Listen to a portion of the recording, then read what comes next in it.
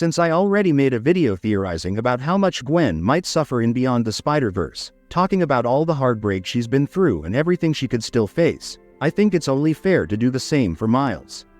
So in this video, let's talk about how much Miles is likely going to suffer in the next film, while also giving a quick rundown of everything he's already been through so far. To start with, Miles' journey has been painful right from the beginning.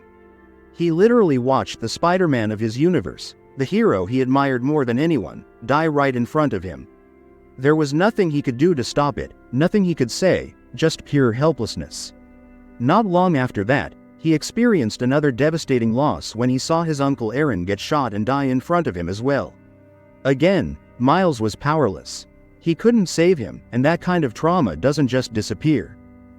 The short film The Spider Within makes it even clearer that all of this has deeply affected him.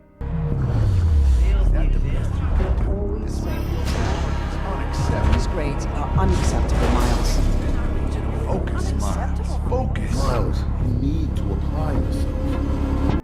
We see that Miles struggles with anxiety and panic attacks, showing that the weight of being Spider-Man and everything he's lost is constantly eating away at him, even when he tries to hide it.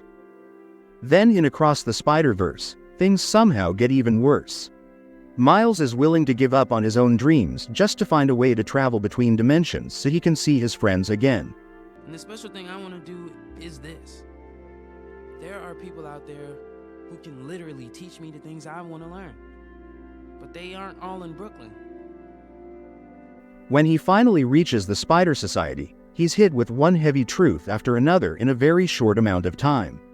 The group he looked up to, the people he thought would understand him, completely turn against him and treat him like an outsider. On top of that, Miles has a vision of his father dying, which alone would be enough to break anyone. But it doesn't stop there. He also finds out that he was never supposed to be Spider-Man at all, that he's considered an anomaly. Even worse, he's basically blamed for everything that's going wrong in the multiverse, including the death of the Spider-Man from his own universe, the same hero he admired so much.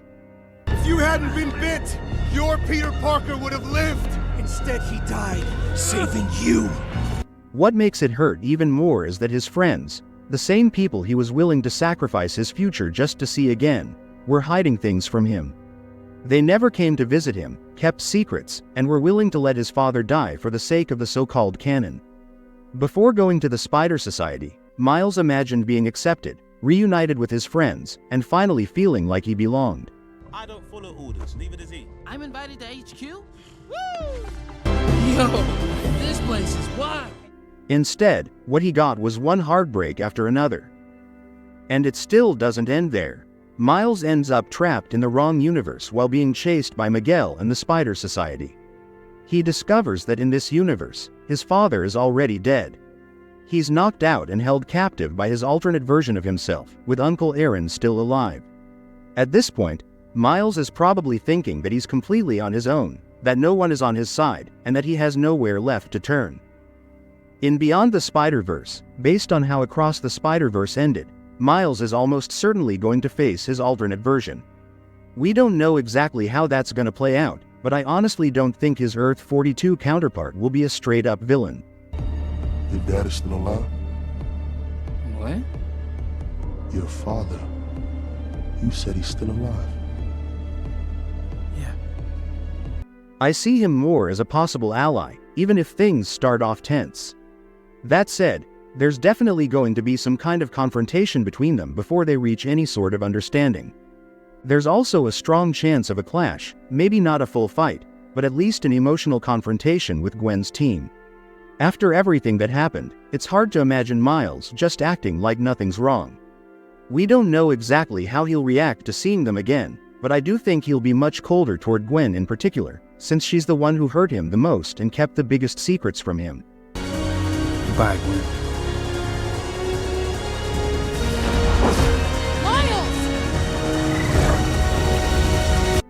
Another likely confrontation is with Miguel.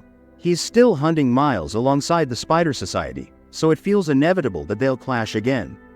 On top of that, Miles will also have to deal with the main villain, the Spot, and possibly other threats as well. Since it's been confirmed that Earth 42 has its own Sinister Six, there's a good chance we'll spend a decent amount of time in that universe, which means even more challenges waiting for him. Through all of this, Miles is going to be pushing forward for one main reason: his father. Everything he does is tied to protecting him. I really hope the story doesn't force him to make some huge sacrifice in the end, whether that means losing someone he loves or even sacrificing himself. Still, it feels like the most emotional and heart-wrenching moments will come from Miles and Gwen, especially as they try to rebuild their relationship. Well, it's the first time for everything, right? Seeing what they've been through, how they face it together, and how deep their bond really is will be a huge focus. It's already been confirmed that Miles and Gwen share a kind of cosmic connection, and that's something the next film is clearly going to explore even more. This will also likely be the movie where Miles' parents finally learn that he's Spider-Man, and where they find out Gwen's real name, since they still think it's Gwanda.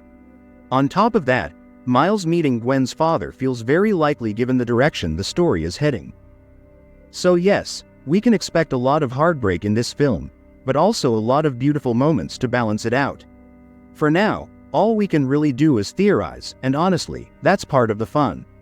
I've talked about how much Miles might suffer in the next movie, and I've also talked about Gwen, but in the end, all we can do is hope that things somehow work out for them both.